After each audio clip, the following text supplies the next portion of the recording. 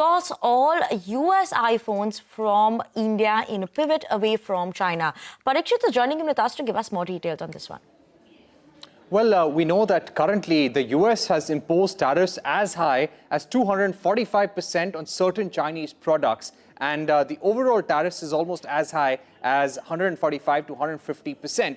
So considering the current tariff environment, the US is definitely considering importing more Apple phones from India. So this could mean that India may become a hub for manufacturing all Apple iPhones for the US market specifically. Now, while this is definitely the intent, the plan, a lot of this would also depend on the speed at which the capacity ramp up takes place at Apple's contract manufacturers here in India. And number two, what is the geopolitical situation? If tomorrow US and China come to sort of a truce in the trade war, then things could well change. But currently, looking at the tariff environment, this is the intent to make sure that all phones for the US market are made in India. In fact, the target that is being set, and we've learned this from industry sources, that Apple has set itself a target of 40 million phones production in India in 2025. Apple contract manufacturers in the country are ramping up their capacity in Bengaluru, in Tamil Nadu.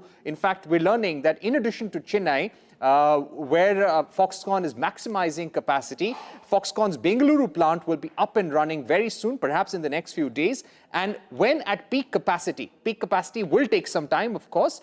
When it's at peak capacity, Foxconn's Bengaluru plant will have a capacity of 20 million phones per annum. Now, Apple did not respond to CNBC-TV18's query, but we learned from multiple industry sources that Apple is maximizing production at its plants in India and would like to increase capacity and utilize whatever capacity it has in India for the advantage of the US market. Thanks, Parikshit, for that. That's a big story that he's picked up. Sanjay